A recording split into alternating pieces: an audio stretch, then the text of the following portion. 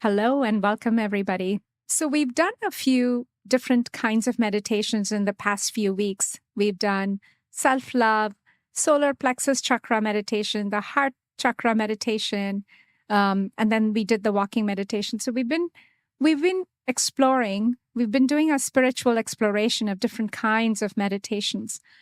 But we always come back to the basics, to the dharma of all of this.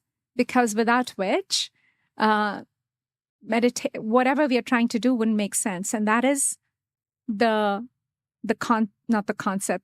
meditation technique and the meditation itself. So we always want to come back to the roots of it, to the root. And so let's focus on that today, right? Let's explore that just a little bit again.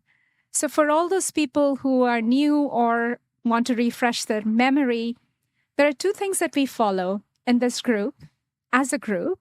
One is the meditation model, okay? And then the second is the meditation technique. So I just want to talk about the meditation model for a minute. The first is your sankalpa, which you decide to take, that you're going to honor yourself by practicing meditation every day, because it's really honoring yourself. It's really showing yourself the deep self-love that we all need to cultivate. So that is your first part of the sankalpa. And then for how long? Now, that how long can be a very sort of a vague question. And the way to understand is, the way I understand how long is, as long as it takes me to center myself. If it's going to take me an hour, so be it, right? And I know a lot of people would say, well, maybe you don't have kids in the house, which I don't. Yay. I love them. I love them. But I bless and release them. But really finding how long it takes for you to get to your stillness. It's like, I was given an example by one monk that when you're drilling for oil and you're going 30 feet and 40 feet, and then you just stop at the 45th feet or whatever, and then at the 50th feet, there is oil. So you don't want to miss the opportunity that is available to you, but really exploring how long and how far you can go. So don't just say, okay, 20 minutes, I'm done, I'm out. Don't make it like a gym workout. You know, this is very creative. It's mystical. There's no way to explain this because really it's understanding yourself, however long that takes. So give yourself that opportunity sometimes to just go with it and go for it. And then the second thing about the sankalpa is the time. A lot of people say, you know, I keep trying and I get a lot of messages saying I try, but nothing really is coming out. My mind is so noisy. And I don't know how to stop my mind talking. I don't know how to stop the chatter. It's a great question.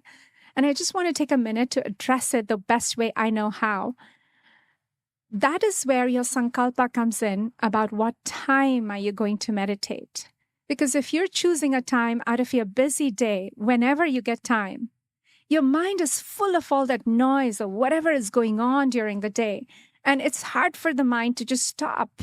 You can't just stop it. It's not a switch off, you know. So choose a time when your mind will be more freer from the noise. Or if you can't do that, you just don't have the time in the morning or you cannot do that, then make sure you decide on a time in any given day and stick to that time. Because then you're training your mind that, okay, now she's going to sit or he's just going to sit and not let me talk too much. So the mind will gradually give in. Yes. Okay. Yeah. So the mind will gradually give in to the idea, okay, this is the time this meditator wants to practice. And so the mind starts to get used to the idea. But if you keep revolving your time, you keep changing it to today is in the morning, tomorrow is going to be in the night, chances are you're not going to get the full glory of meditation in your practice. And you should. You should. Why? Because you deserve it. You're worthy of it. And so really, really look at your sankalpa long and hard and see how you can tweak it to improve on your practice and keep your discipline going at all costs. Did that make sense? So choose on the time of the day and also the length of time, right? And another thing that I got messages from some people, which is that, I love the meditation, but I love it so much that I tend to fall off to sleep, right? We heard that so many times, and it's happened with me too. I've slept off my entire meditation sometimes. And that's actually telling you at the most basic level, I won't even say basic level, at the top layer. See, meditation is like peeling an onion. So at the first top few layers, your meditation is working, because meditation is supposed to activate your parasympathetic nervous system, your rest and digest system. And you actually just did that. You felt so relaxed. You felt so stress-free. You activated your parasympathetic nervous system that you kind of dozed off. So you know it's working. And that's great. You needed the sleep, you needed the rest, that's great. But if it is happening every day, then you're missing out again on the full glory of what meditation has to offer. Because it's not just to make you stress-free. It has a lot more benefits, and you want to avail those benefits. Why not? Because you're worth it, and you deserve it. Did that make sense? So remember, in your sankalpa, choose carefully the time of the day and the length of time. And if you're sleeping too much, then figure out, are you eating right before you meditate? Or are you really very tired and this is the only time when you're going to get a nap? So change the timing accordingly. So that way you give your practice a full chance to honor yourself the way you should be honored, right? And the second piece of the meditation model is to understand what you're working on in your meditation. Well, what is it that you're trying to achieve? Because remember, the more knowledge you have, the more you will know, the more you will experience, the more you will see. So it's great to really get a full exploration of the concept. If you know the what and the why, the how is going to become easier for you. And you will experience the benefits that much faster. If you don't understand the concept really well, you won't be able to replicate the experience again. You won't even know what just happened. I felt something different, but I don't know. I don't know. And so a lot of its beauty will be lost to you. So be clear about your concepts. Get into knowledge. Start reading, Start reading. Reading is the best. Internet is great. YouTube is great. But sometimes what I've seen on YouTube, and this is my personal opinion, it is somebody's personal opinion. So again, you want to get knowledge from different books and different viewpoints to make your own thesis of it. And then once you understand the concept of the meditation, now you want to practice it. And so that is your meditation itself. You want to practice it. And then the last but not the least of your meditation model is the feedback. What do you see in your life? What's changing? What's happening? Be very, very keenly aware to the feedback. Notice it, journal it, write it down. This is working for me. This has changed in my life. This is not changing. There is a blocker here. That means there are some of your beliefs that you need to investigate, right? And so we can go there also. We'll go there someday, but not today. So anyway, so that is the meditation model that you want to keep it in your back pocket always. And try to start journaling, especially as soon as your meditation is done. Keep a pocketbook right next to you and just write down, even if it's 3 sentences. And then look back. Okay, this is what was going on in my mind. And this is what came out of this meditation. And it was disturbing, or it was pleasant, or it was blah. Just write down how you feel. And so you can start improving on it.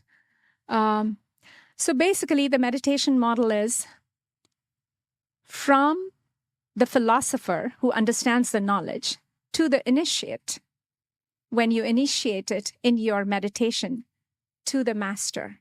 From the philosopher to the initiate to the master. When do you become a master? When you actually start to embody the concept that you practiced in your meditation in your real life.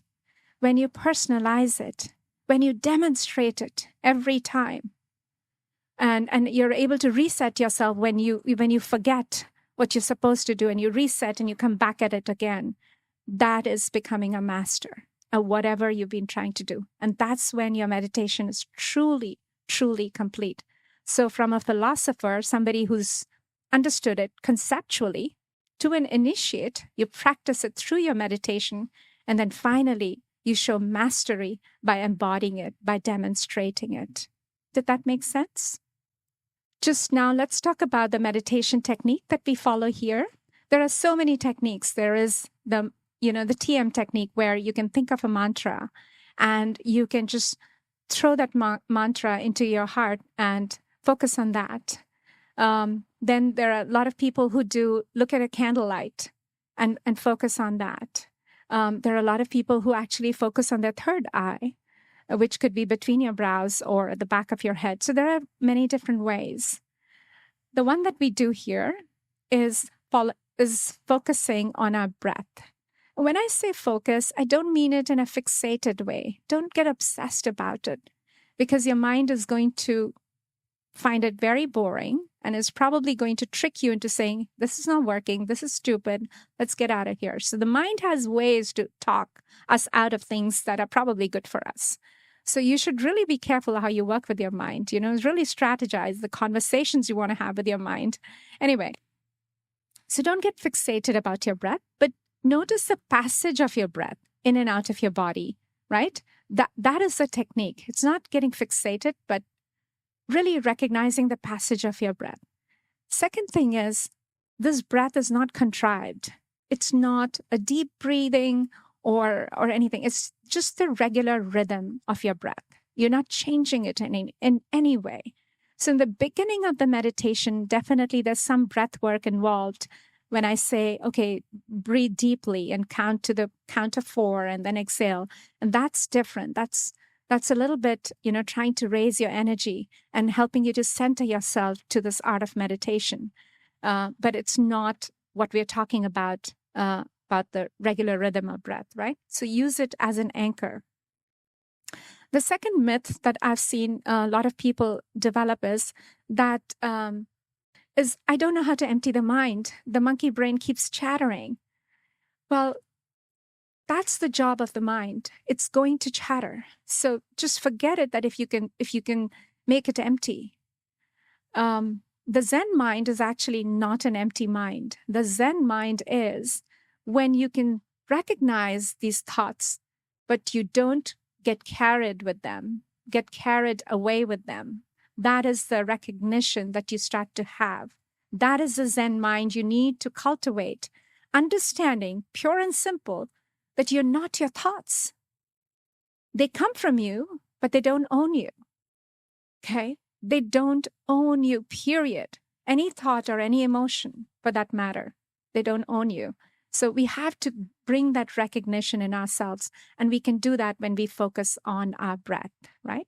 So that is what you need to work on. Let the thoughts come, just like the clouds. And you can even label them. Oh, a past thought, future, whatever, whatever strategy you need to employ to not to get inside that thought. That's the key. Okay?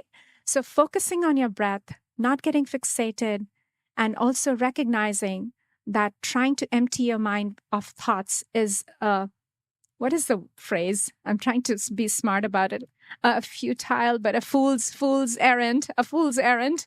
It's not going to happen, because that's what the mind does. It's going to throw thoughts. But the point is to take control and mastery over not getting carried away with them, right? And so when you start to do that, what happens in this technique, when you focus on your breath, when you let your mind do the traveling, but you don't travel with it, what happens? There is a subtle, very subtle recognition that I am not this mind. I am not this body. There is somebody else that is doing this observing. There is an observer inside me that is observing this mind doing its monkey chatter. And there is a somebody that is observing this breath. And that is who you are. That is your true essence. That is you. That is your awareness. That silent witness is you, the consciousness. Okay? And so all these meditations want you to arrive at that conclusion for sure, that you're more than your body, you're more than your mind, you're definitely not your thoughts. You are consciousness itself. And it's a really hard problem for science or even philosophy to explain that because it's so experiential. You just get it. It's like trying to ask a fish to explain the wetness of water. Okay? I really think about this. Everything is consciousness. You are consciousness. So the only way to explain consciousness would be to get out of consciousness, but then you wouldn't have any existence. So everything is consciousness. You are consciousness. But the travesty is that we forget that and we think we are our thoughts. We are these situations in our life. This identification for the personal storylines. That is the problem. But remember, you are that awareness, that space that gives rise to these experiences. You're not the experience. You give rise to these experiences. They rise and fall in you. Okay? The situations happening in your life, they rise and fall in you. You are awareness itself, your consciousness itself. And you may change experiences just like water. It changes into steam, into vapor, into ice. But the H2O molecule remains the same. That doesn't change. So your core essence does not change. It's just giving that space to have all these experiences coming forth into you. So that's how you understand it. It's a very subtle recognition. But the more you practice meditation, you will notice that you're the gap between the thoughts. One thought comes and then the next. You're that silence between the thoughts. Okay? And as you practice more, these meditations, the gap between the thoughts it expands. And you can experience being in that consciousness even more. And that's really blissful. Because now you're connected to something that is vaster and deeper than everything around you, than that you've identified with. Does that help you guys? Any questions that arise? Yeah, so usually we observe our thoughts, right? And then sometimes we get carried away with them. And there is a space, there is a gap between one thought and the other. And that is who you are. You're just witness, you're an observer to everything that is happening in you, your sensations in your body, the thoughts that are coming to you, the breath that you're observing. And sometimes just fractions of seconds, and sometimes for the gurus, it goes for long periods of time, they experience total silence, total stillness, where there's not a thought. And that's when you realize, oh, wow, that's what I am. That's the stillness in me. That's my essence. That's my true core. What is your question? So you were talking about the monkey mind, and you know how we try to quiet the mind, or they say quiet the mind. So is the process of, your mind running off and you bringing it back, that's part of meditation? Correct. That's part of training your brain. Yes. Okay. So, don't get frustrated, of course, when your mind goes off, but gently pulling yourself back is part of the practice of meditation. Yes. And after a while, it'll take less and less time. Correct. Right. Okay. That's very good. I think I probably missed that point. So yeah, good. Thank you. So the point is, of course, we're going to get carried away with our thoughts. We're going to get inside our story and we're going to just run off with it. So what Tanika is reminding us but whenever we run off, and as soon as we remember that we ran off, you come back to the present moment by coming to your breath. So that's the training of the mind that you do in meditation, because the mind is used to so much distraction, right? So thank you. That's great. So you use your mind. So you use your breath to train your mind to come back every time it gets caught up in a storyline or in a thought. Because remember, these thoughts don't own you. They should not control you. You should decide when you want to think something. Right. So the more you practice meditations, the more you will have an understanding of what I'm talking about, because right now it's just the talking itself makes it conceptual. It's hard to frame it properly, but like telling you, ask a fish what wetness means. It's exactly that. Well, how do you explain it? Everything is consciousness. You're not separated from it. The stories, your identifications are possible because of it. Because of it. So it is prior to your personal history. It is prior to everything. That makes sense? It has no space, no time. You can touch something or feel something, but that because of it, because of your consciousness, but consciousness itself, you can't touch it. You can feel it, yeah. You can sense it. So you can smell the trees or the flowers because of it, but you can't really smell it. So it's just this very elusive, how do you pronounce it? Ephemeral thing that you have inside you. And the only way to grasp it and hold on to it is through meditation. So even in religion, they tell us what to do and how to do it, but they can only tell us, they can only guide us. During meditation, you really become your own divinity. So you start to grasp this idea fully. Otherwise, it's just talk. Anyway, I think I said enough. And so we will meditate on this today.